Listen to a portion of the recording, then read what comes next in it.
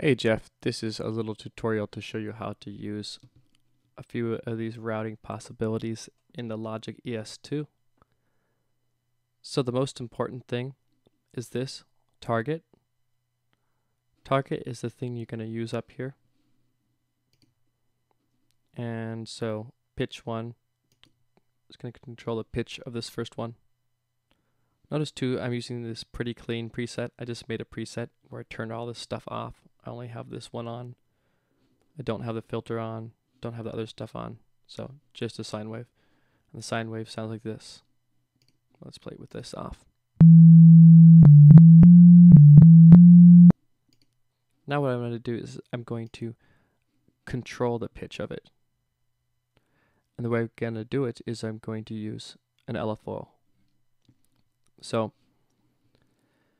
this right here is my LFO. My first one, there's two of them. And I'm going to use the low frequency oscillator here, the rate at which it goes back and forth. I'm going to use that to change the pitch up and down here. So with that on, notice here that it's at 5.9 hertz, so basically almost 6 times a second. And now it goes up and down, up and down. Does it for quite a range though. If I want, I can hit Option, and it'll take me back to the default setting, which is nothing. If I put it up just a bit, here's sort of a vibrato effect. It's not making a big difference in the amount of pitch change there is. Put it up more, and the range increases. Finally, back to where it was. I can slow down the rate of it.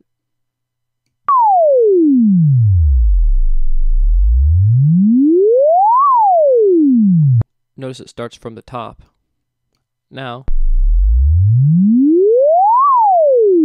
it starts from the bottom. So, this little thing tells how much range and whether or not it starts from the top or the bottom of the range. This will start low pitch to high, and this will start high pitch to low. Next thing, which is kind of useful, is if I'm using the LFO, and I'm going to be using this for most things since it's built in and you don't need an external controller. The next thing is that you can tell how long it takes to start or how long it takes to cut off. So that's this part here, this left part, the delay. I'm going to now put a little bit of vibrato on here basically, put it at vibrato speed. A little bit too much.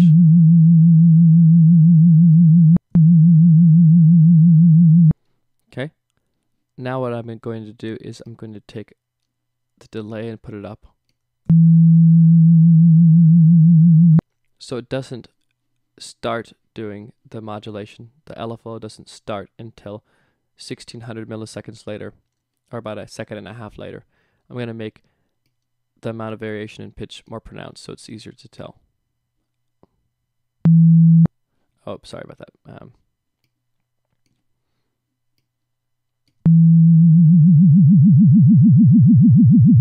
So it starts and then goes into it.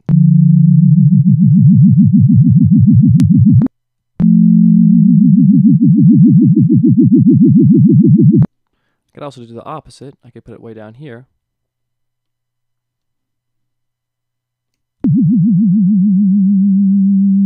Now it starts from having its full modulation with the LFO, and then it goes to having none over 1600 milliseconds.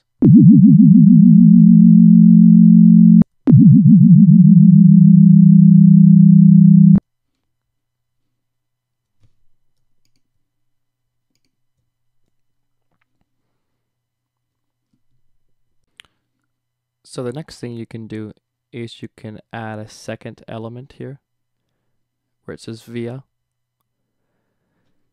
and you can use something else to control the pitch. So they're in a chain. What happens is first this LFO goes up and down. Let's take this out of the way for a second. Goes up and down in whatever range you set it. So here it goes its highest up and down range. Back to nothing. If we turn it on, I'm going to put it back in a square wave. On and off really quick. Put it up higher, it goes much bigger distance.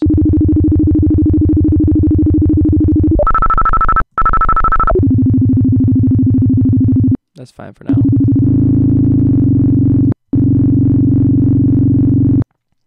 But next what I want to do is I want to control the amount of this LFO that actually gets to the pitch. And I'm going to control that amount over time. I'm going to control basically the amplitude of it, or the amount of this LFO that actually reaches the pitch to control it, using this right here, using this envelope. So I'm going to go envelope 1, and now it gives me a range. So it can tell me from what range of high and low this envelope will affect. If it's only from here to here, it's going to go from high to low,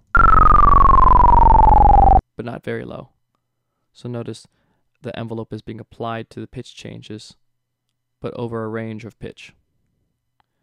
If I make it all the way down to here, down to 0, it's going to go from a high range all the way down to not affecting it.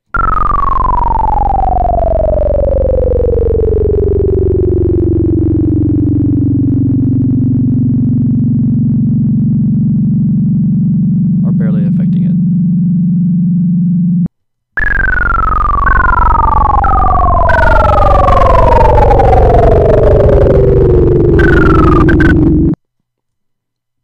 So it gives a lot more possibilities when you add something else in between it that can control the manner in which it arrives finally at the target. And there's all kinds of other things you can put in there, including sidechain in the bottom there.